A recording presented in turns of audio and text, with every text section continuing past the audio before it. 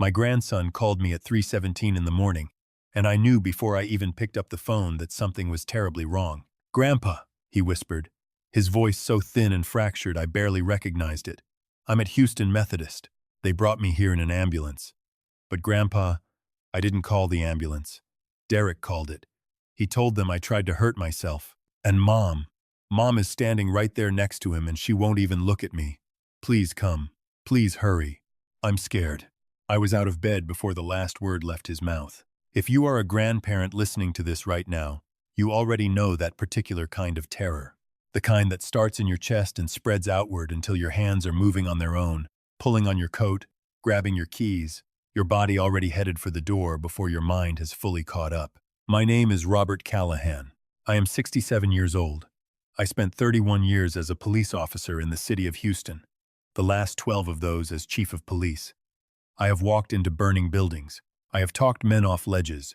I have sat at bedsides and delivered the worst news a human being can receive. Nothing, in all of those 31 years, prepared me for the night my grandson called me from a hospital room because his own stepfather had put him there. Before I tell you what happened, let me know where you're listening from in the comments below. And if you have ever had to stand up for a child when the adults around them failed completely, hit that like button.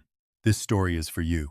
My daughter, Caroline, lost her first husband, my son-in-law Patrick, to pancreatic cancer 5 years ago.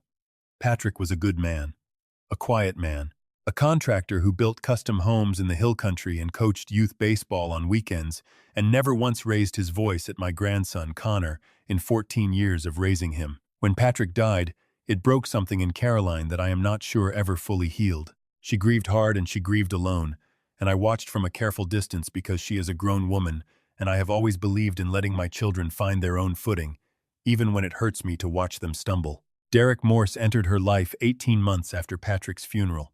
He was a financial advisor with a downtown office and a leased BMW and a handshake that went on about 3 seconds too long. From the very first dinner I had with him, something in my gut moved in the wrong direction.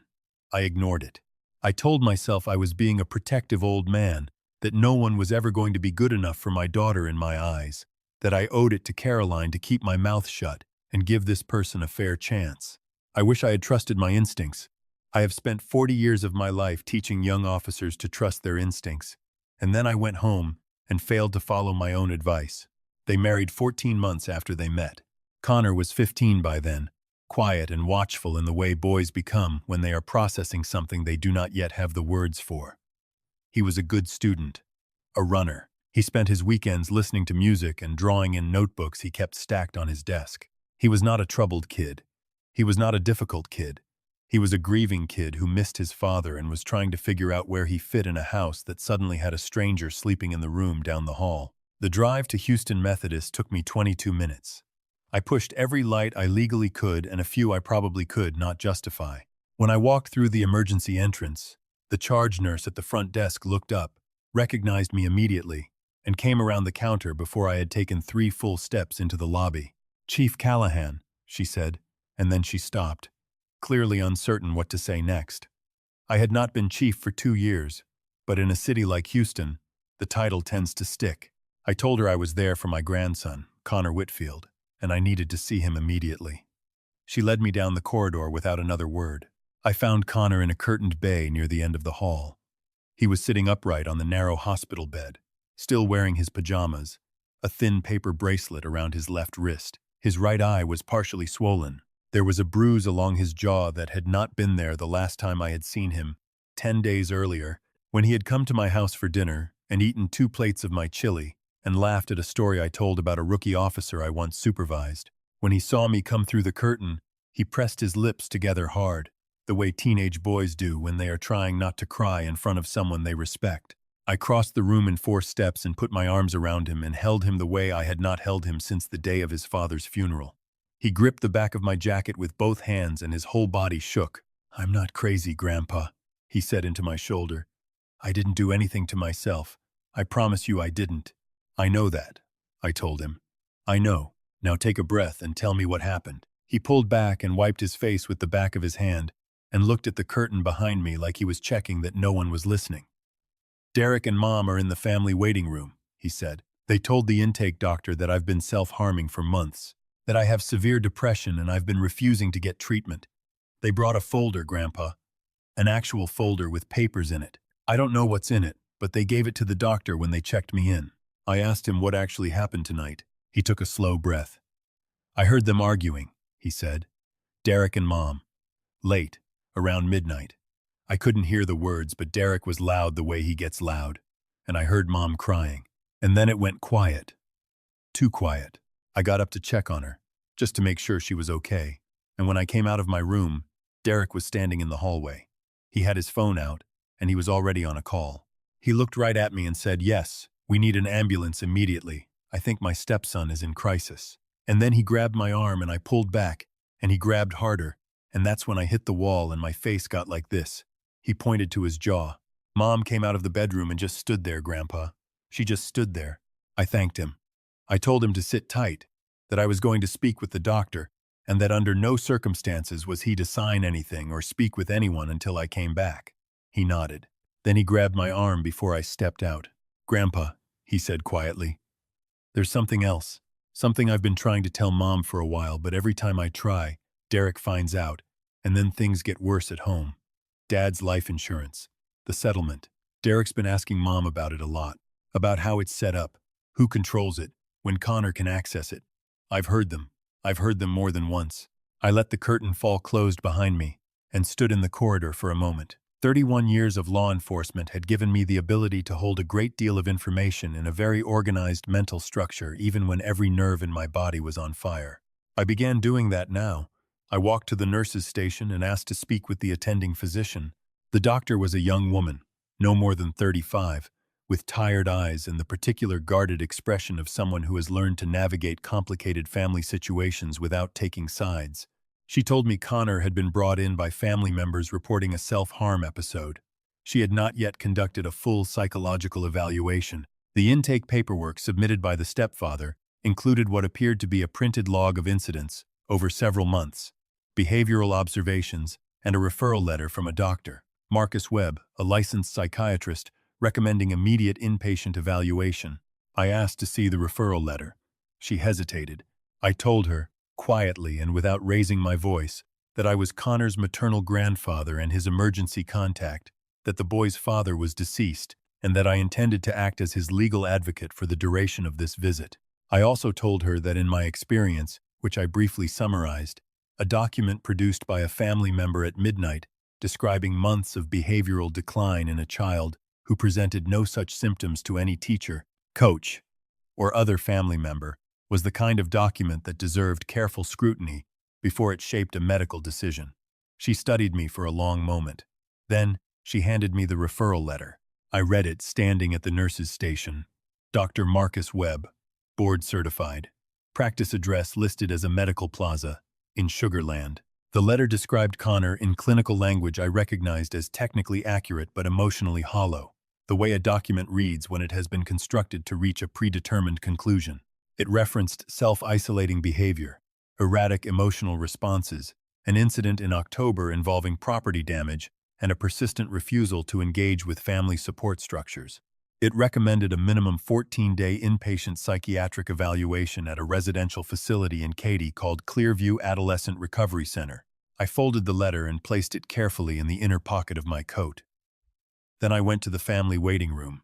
Derek Morse was seated in the far corner with his arms crossed and his legs stretched out in front of him, projecting the particular physical ease of a man who believes he has already won. Caroline was beside him, smaller than I remembered, her hands folded in her lap, her eyes fixed on the floor. She did not look up when I came in. That was the moment I understood how serious this was. My daughter has always looked up when I enter a room. It is simply what she does. The fact that she did not told me she had been managed into a position she was too ashamed or too frightened to defend. "Robert," Derek said, standing and extending his hand with that same 3-second handshake.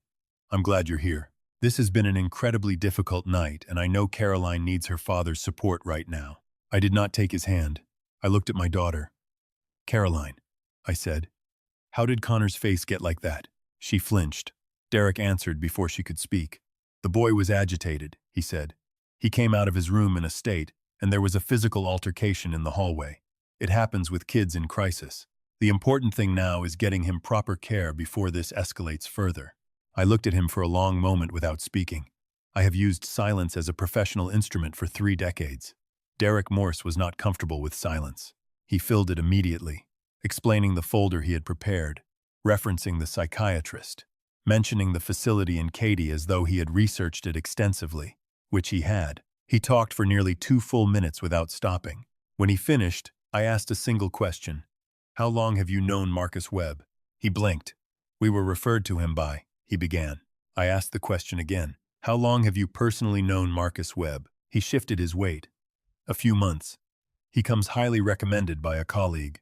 I nodded once, said nothing further, and walked back out of the waiting room. I stepped outside into the warm Houston night and called a man named Leonard Cruz. Leonard had been my deputy chief for 6 years, a former homicide detective, and the kind of man who answers his phone at 4 in the morning without complaint. I told him what I had. He told me to give him 90 minutes. I went back inside and sat with Connor.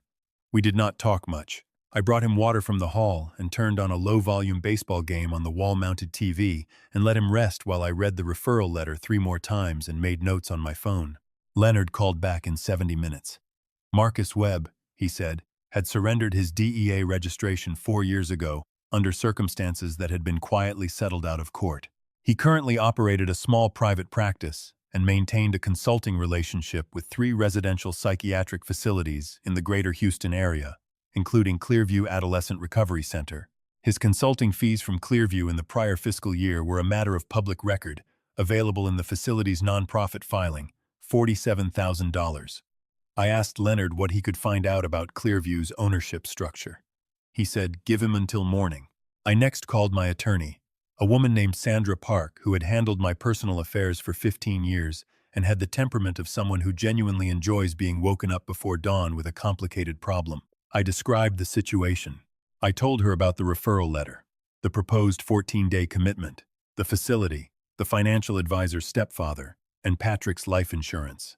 She told me she needed 2 hours. She also told me not to let Connor sign a single piece of paper. The sun was coming up over the hospital parking structure when Sandra called back. She spoke for 12 minutes straight. I stood at the window of the corridor and listened, and did not interrupt. Patrick's life insurance policy had paid out $800,000 at the time of his death. Under the terms of his estate, $300,000 of that had been placed in a custodial account designated for Connor, accessible in full at age 21, with a partial early release provision, available at 18 for documented educational expenses. Caroline controlled the account as custodian until Connor reached majority. As Connor's stepfather, Derek had no legal access to those funds. However, Sandra explained, if Connor were to be formally adjudicated as a minor, requiring long-term psychiatric institutionalization, the court could appoint a legal guardian to oversee his financial interests during his incapacity. In that scenario, as Connor's step-parent and the spouse of his legal custodian, Derek could petition to serve in that role. $300,000. A 14-day evaluation that, if it produced the right documentation from a well-compensated psychiatrist with a financial interest in the facility, could become something much longer. A boy in a locked ward who could not tell anyone what he knew about the conversations he had overheard in the hallway at midnight. A mother who had been isolated and frightened into standing still.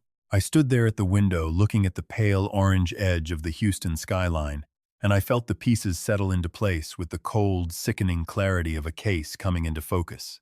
This was not a man who had lost patience with a difficult stepson. This was a plan. I asked Sandra what I needed. She said I needed to get Connor out of that hospital today under my temporary guardianship, file an emergency protective order, and pull every financial record Derek Morse had touched since the day he married my daughter. She also said I needed something on Marcus Webb and the Clearview facility that made their relationship undeniable before Derek had time to distance himself from it. I knew exactly who to call.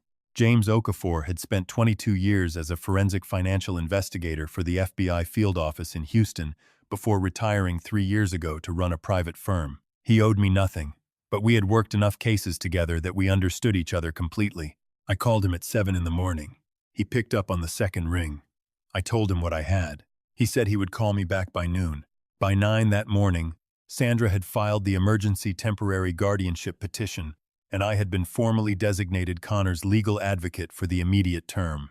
The attending physician, having reviewed Sandra's documentation and the questions I had raised about the Webb referral letter, agreed to defer the inpatient recommendation pending an independent psychiatric evaluation from a physician with no financial relationship to any residential facility.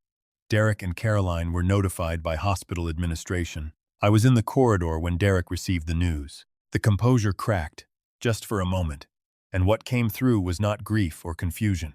It was calculation. He was running numbers behind his eyes. I took Connor home with me that morning.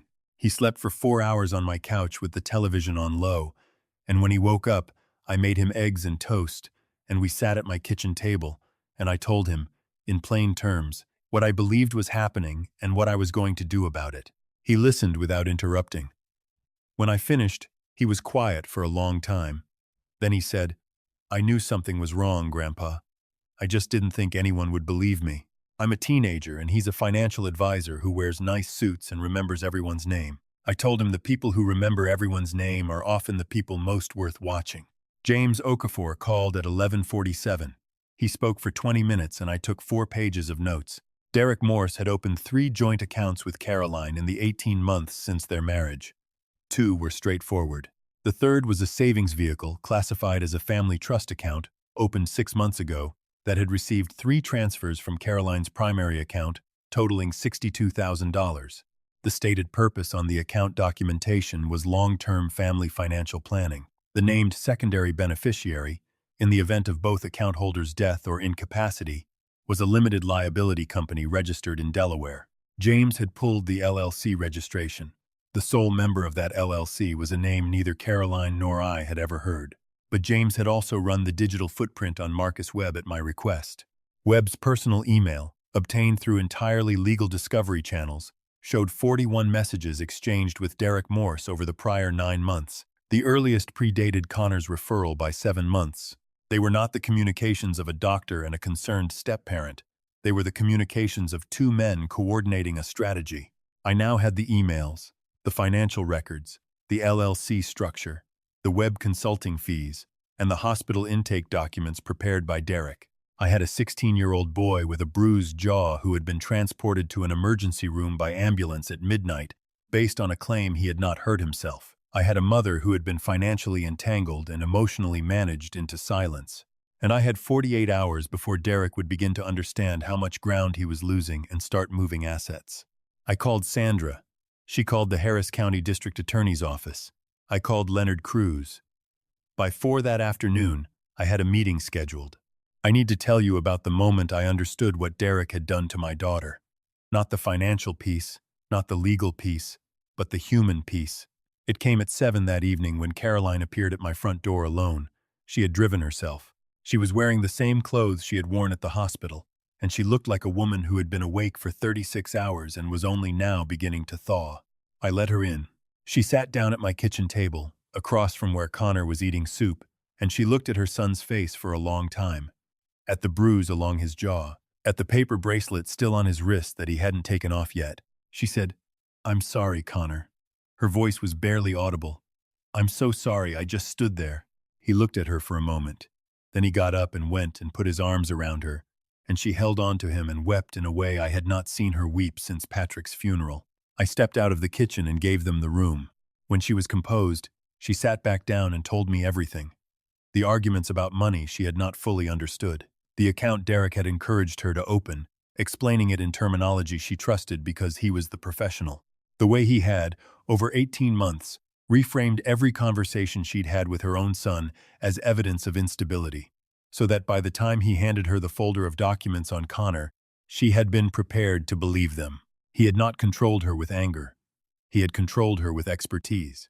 He had made her feel, at every step, that he was the competent one, the informed one, the one who understood systems she did not. She had handed him her trust and her financial accounts and her judgment because he had spent 18 months carefully positioning himself as the person who deserved all 3. I thought about the 3-second handshake at our first dinner, the gut feeling I had ignored. If I had trusted it, I asked myself. If I had said something, but I had told myself I was being a protective old man, and I had kept my mouth shut. I was not going to make that mistake again. The meeting took place on Thursday morning in Sandra Park's conference room on the 22nd floor of a building in downtown Houston. Present were Sandra, Leonard Cruz, James Okafor, an investigator from the Harris County DA's office, and myself. We laid out the full structure of what Derek had built over 22 months. The financial entanglement, the manufactured documentation on Connor, the relationship with Webb, the LLC, the timed push toward institutionalization, coinciding with the point at which Connor would be approaching the partial release age for his custodial account. Sandra walked through the timeline with the precision of someone who had spent 30 years turning complex financial crimes into language a jury could follow. The investigator from the DA's office took notes without expression. At the end of the presentation, she closed her folder, looked at me, and said, "I think we have enough to open a formal investigation. If the email chain is as you describe, and the LLC beneficial ownership is what your investigator found, we are looking at fraud, financial elder abuse, and potentially felony child endangerment." I thanked her and told her I had one request. I wanted to be present when the conversation happened with Derek. Not the arrest, if it came to that, just the conversation. I had spent a career doing exactly this, walking into rooms and asking the questions that collapsed a story built on sand. I wanted to do it one more time. She considered it. Then she said yes. We arranged it for Friday afternoon under the pretext of a mediation meeting regarding the guardianship petition. Derek arrived with his own attorney, a man who was not yet aware of the full scope of what his client had done. Derek himself walked in with the smooth, unhurried confidence of a man who still believed he was managing the situation. He shook hands with people in the room. He nodded at me without quite meeting my eyes. Sandra opened the meeting with procedural language. Then she nodded to James Okafor. James opened his laptop and turned the screen toward the center of the table. What followed was the quietest 45 minutes I have ever spent in a professional setting. James walked through the financial records line by line. Sandra produced the printed email chain between Derek and Marcus Webb. The DA's investigator laid the Webb consulting fee documentation beside it. With each page that went onto the table, Derek's attorney leaned a little further back in his chair, and Derek himself became very still, in the way a person becomes still when they realize they are no longer managing anything. His attorney asked for a recess. Derek said nothing. When they returned from the hallway, the attorney informed us that his client wished to cooperate fully with the investigation. Derek Morse was formally charged 6 weeks later with financial fraud, filing a false report, and felony interference with child custody. He has since entered a guilty plea. Marcus Webb surrendered his medical license as part of a separate agreement with the Texas Medical Board. Clearview Adolescent Recovery Center is currently under investigation by the State Health Department. The joint accounts were frozen. The money Caroline had transferred was fully recovered. The LLC was dissolved. The custodial account, Connor's $300,000, remained exactly where Patrick had placed it, untouched. It is spring now. Houston is the kind of warm and green and loud with birds that makes it easy to forget how dark a winter can be. Caroline sold the house she had shared with Derek and moved into a rental near my neighborhood. She is in counseling twice a week with a therapist who specializes in coercive financial control, and she is, slowly and with great effort, learning to trust her own judgment again. She calls me every Sunday morning, which is something she did not do in the 2 years of her marriage to Derek, and we talk about ordinary things: Connor's running times, what she is reading, the garden she is starting on her back patio. Connor is 16 now. The bruise healed in 2 weeks. He placed third in his district's cross-country invitational in February, and I drove 40 minutes in rush-hour traffic to stand at the finish line and watch him come in. He is still drawing in his notebooks. He still eats 2 plates of chili when he comes to my house for dinner. He still laughs at my stories, even the ones he has heard before. Last month, he sat down beside me on my back porch after dinner and was quiet for a while, looking out at the yard. Then he said, "Grandpa, can I ask you something?" I said, "Of course." He said, "How did you know, when you got to the hospital that night, before you knew any of the financial stuff, how did you already know something was wrong?" I thought about it. I told him that 31 years of police work teaches you to read the gap between what someone says and what their body is doing at the same time. That Derek, when I walked into the waiting room, was sitting in a hospital at 4 in the morning because his stepson was in crisis, and he was relaxed. Not the kind of relax that comes from relief that help has arrived, The kind of relax that comes from having finished something you planned. Connor nodded slowly. He said, I kept waiting for someone to notice. I reached over and put my hand on his shoulder. That's the thing about the people who do this, I told him. They are very good at making the people around them feel like the problem belongs to the person with the least power. That is how they survive as long as they do. But they cannot hide everything forever. Eventually, there is always one moment, one detail, one phone call at 3 in the morning that starts pulling the whole thing apart. He looked at me. You're the phone call, he said. I thought about Patrick, who built homes with his hands and coached baseball on weekends and never once raised his voice. I thought about Caroline, learning to trust her own judgment again in a rental house near my neighborhood. I thought about the finish line in February and the way Connor looked when he crossed it. I am the phone call, I said, and I always will be. If there is a child in your life who is trying to tell you something and the adults around them keep explaining it away, please listen. Not to what the confident, well-dressed adult in the room is telling you, to the child, to the gap between what is being said and what the child's eyes are asking you to see. The most dangerous people in a family are not always the loudest ones. Sometimes they are the ones who sound the most reasonable. Family is not always the people who share your roof. Sometimes it is the one person who picks up the phone at 3 a.m. and does not stop until you are safe. If this story mattered to you, if it reminded you of someone you love, or something you have carried for a long time, leave a comment below and tell me about it. Hit that like button and subscribe so you never miss a story from this channel. And to every grandfather, every grandmother, every aunt and uncle and older cousin who has ever stood between a child and something they could not yet name, thank you. What you do matters more than you will ever know.